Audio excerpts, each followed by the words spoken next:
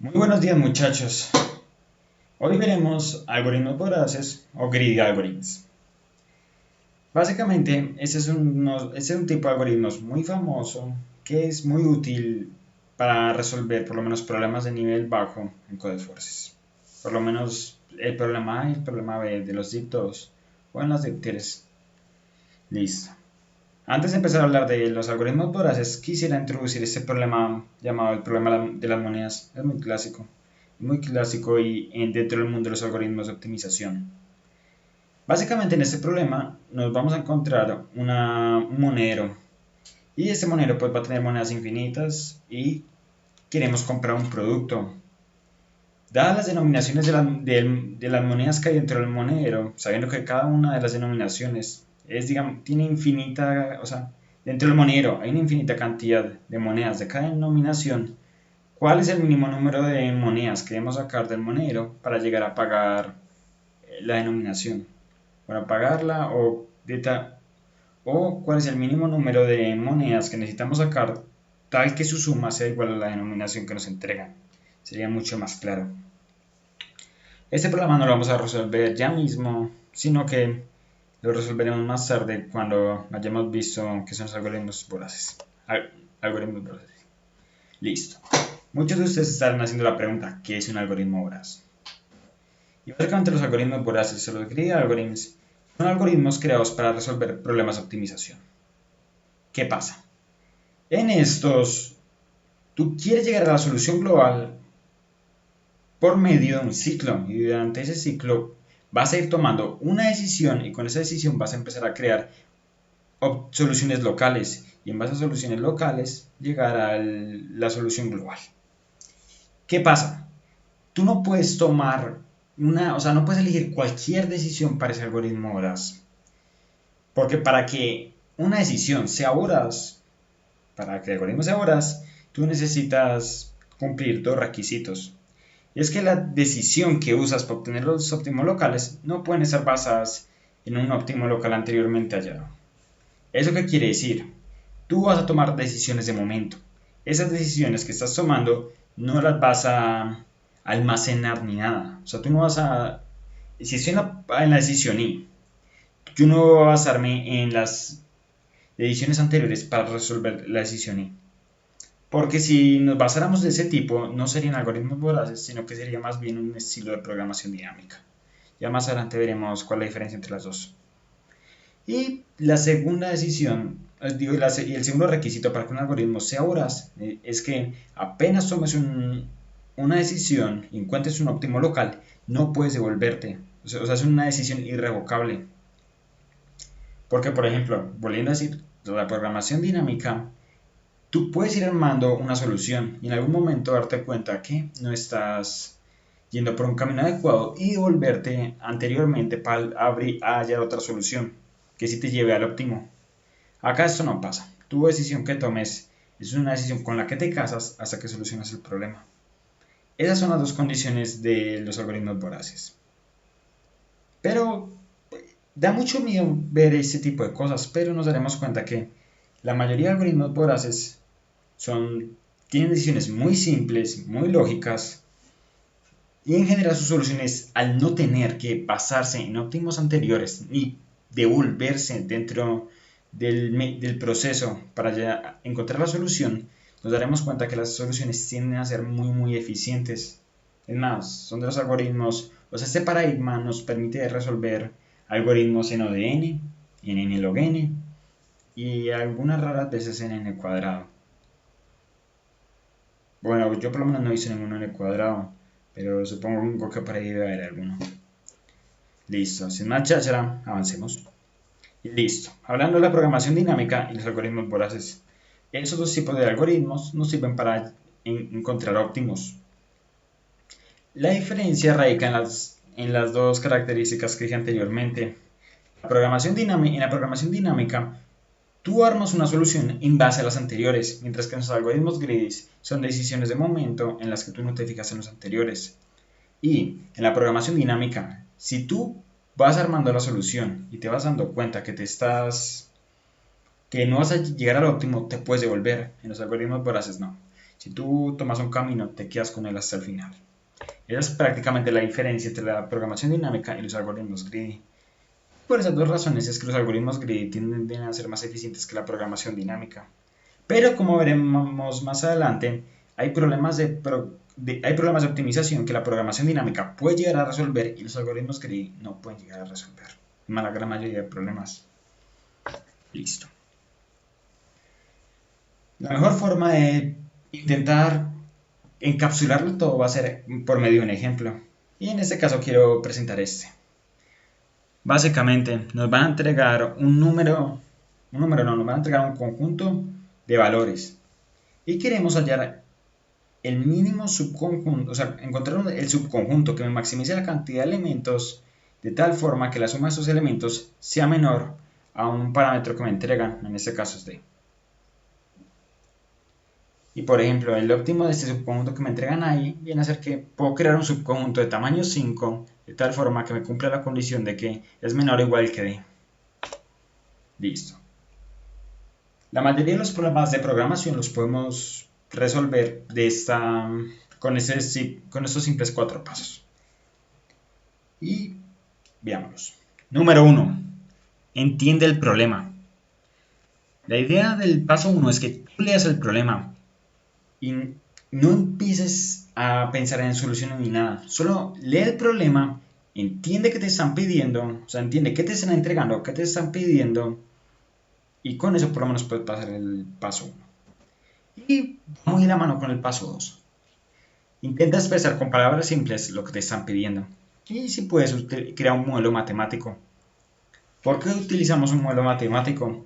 Porque muchas veces el modelo matemático nos ayuda a abstraer abstraer la información que requerimos de la información basura que a veces puede llegar a tener un enunciado de estos. No todos los problemas se expresan para que tú puedas expresarlos como un modelo matemático. Pero en caso que no lo puedas expresar como un modelo matemático, intenta llegar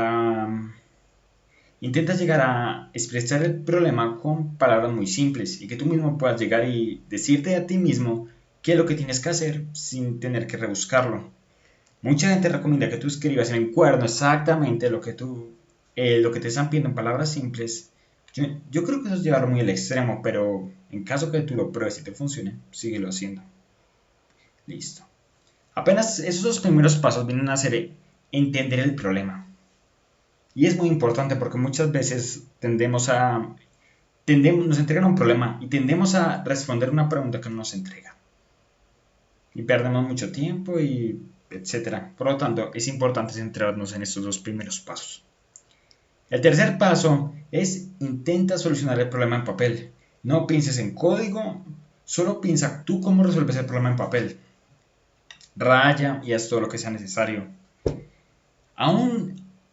Si aún tú lees el ejercicio y ya sabes cómo resolverlo, raya el papel. Porque puede que a lo mejor el problema tenga un caso raro o tenga unos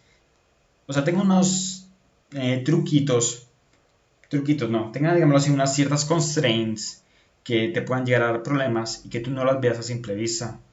Y rayar por lo general no te va a tomar más de 1 o 2 minutos si tú tienes claro el problema. Y es mejor gastarse esos 2 minutos a quedar penalizado por tiempo por haber mandado un grown answer. Y a lo mejor quedarte estancado en ese problema porque no puedes ver cuál es el caso particular que te falla. Listo. Una vez entendemos el problema, somos capaces de expresarlo de una forma simple. Encontramos una solución que medio satisfaga las constraints, porque obviamente podemos encontrar una solución, pero la solución tiene que estar dentro de las restricciones que nos entregan, de las constraints. Apenas tenemos todo eso, programémoslo. O sea, el último paso es el 10% de resolver el problema, que es programarlo. Y ya esto pues implica un poquito el dominio del lenguaje, de saber qué estructuras de datos hay en el lenguaje, cómo manejarlas, qué eficiencias tienen, qué truquitos tienen. Y eso ya se aprende más es con la experiencia, que también las puedes llegar a estudiar, pero hasta que tú no llegas y utilizas muchas veces una estructura de datos, no la vas a dominar, o no va a quedar interiorizado. Listo.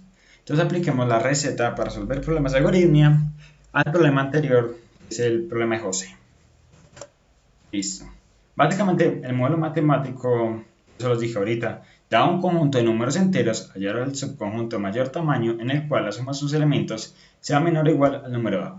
En este caso, nos entregan los números 1, 2, 3, 3, 5 y pues el número dado es 7.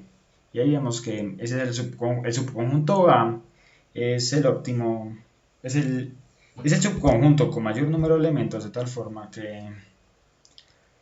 forma que su suma sea menor o igual que el número dado. Listo. La recomendación que se suele dar en general es que tú primero intentas solucionar el problema con fuerza bruta.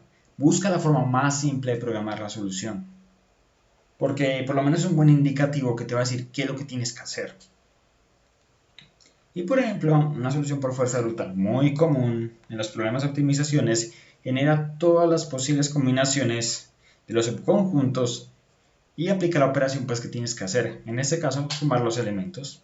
Genera todos los subconjuntos, genera todos los elementos posibles y básicamente, si como generaste todos los subconjuntos, ahí dentro va a estar la solución. En este caso, con este conjunto empezamos a generar 1, 2, 3, 4, 5. Estos son los conjuntos unitarios, los subconjuntos que reciben. Generamos las parejas, generamos tríos, generamos cuartetos. Al final llegaremos al conjunto pues, original, que es un subconjunto dentro de sí mismo. Y entre todo eso que generamos, vamos a llegar a la solución. Porque obviamente en algún punto vamos a encontrar el subconjunto óptimo. Listo. Esta solución es muy buena, es muy interesante, o sea, que por lo menos en este caso no nos va a ayudar mucho. Si alguien se interesa en la eficiencia, esto es 2 a la n, ya que esa es la eficiencia. La eficiencia esto es 2 a la n por n, ya que tenemos que generar todos los subconjuntos del array del conjunto original y adicionalmente a cada uno de los subconjuntos tenemos que sumar sus elementos. Y eso es O de n. A lo mejor tú por medio de una optimización, o sea, es 2 a la n por n, básicamente. Esa es la eficiencia de este algoritmo. Es una eficiencia muy baja, ya que 17, 18 elementos será lo máximo que vas a poder colocar a eso para que pase. Y eso es un número bastante pequeño. Si tu problema pues cumple la constraint y te dice no vamos a echarte más de 15 elementos, prográmalo. Eso programarlo es muy rápido. Pero si te colocan una constraint de 1000, de 10.000, no pierdas el tiempo programando esto. O sea, te puede llegar a ilustrar y alguna gente va a ilustrar, pero en ese caso no te va a servir mucho. Aquí es cuando vamos a empezar a hablar de los algoritmos GRID. Básicamente, ¿cuál va a ser la decisión que voy a tomar para resolver ese problema? Es que, dado este conjunto de aquí de la izquierda, sea aquí, para mí los elementos que me van a minimizar, o sea, que me van a maximizar el tamaño del conjunto y que van a ser menores que el número dado, van a ser los elementos de menor valor. Entonces voy a coger todos los elementos de menor valor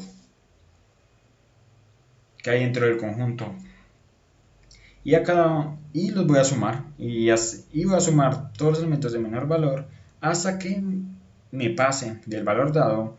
Todos los elementos que estaban dentro del rango válido son los elementos que voy a dejar para el conjunto y esa va a ser la respuesta. Listo. Entonces, ordenamos en un principio, ya que no nos están diciendo que nos van a garantizar que nos lo van a entregar ordenado. Recorremos el arreglo y durante el proceso verificamos si se pudo contratar al idécimo empleado. Si se puede, avanzo, y si no, acabo el ciclo porque me pasé. El número de empleados que contraté es la solución. En este caso vamos a intentar recorrer un paso a paso. Bueno, en este caso, ¿qué es lo que tenemos? La decisión GRID que estoy tomando es llegar a elegir los empleados que cobran menos. Es mi criterio GRID. Y cumple las dos condiciones, ya que cuando yo agarrar el 10º empleado, yo no me voy a fijar si si los I-1 empleados anteriores los contraté o no. Solo me voy a fijar en el estado actual del problema, porque no estoy necesariamente guardando las soluciones anteriores. Eso quiere decir que el problema es miope. Y adicionalmente, yo cuando contrato a un empleado, yo no me puedo volver y no contratarlo. Entonces eso quiere decir que, que la decisión es irrevocable. Por lo tanto, es un algoritmo voraz. Vamos a intentar tirar un paso a paso para los que no entendieron. Esa es mi situación original. Acá pues ordené antes, o sea, cogiste el conjunto y lo ordené de forma no decreciente. Ese es el presupuesto que me entregan en principio y esa es la plantilla de empleados contratados. En un principio yo puedo contratar a uno porque me queda 14 de presupuesto, entonces contrato a uno y ya me quedan 13 de presupuesto. El siguiente empleado a contratar es 2 y lo puedo contratar. El tercer empleado tiene un valor de 3 y lo puedo contratar, todavía me queda un presupuesto de 11. El cuarto empleado tiene un valor de 3, entonces también lo puedo contratar. El quinto empleado tiene un valor de 5 y me quedan 5 de presupuesto, lo puedo contratar. Aquí es cuando se rompe el ciclo porque ya tengo un presupuesto 0 y si voy a contratar el octavo empleado, mínimo necesito un presupuesto de 8, pero mi presupuesto es 0. Eso quiere decir que no lo puedo contratar. Y el número de elementos que tengo en la plantilla viene a ser la respuesta, en este caso 5. Listo. Esto es básicamente una aproximación básica a los algoritmos greedy.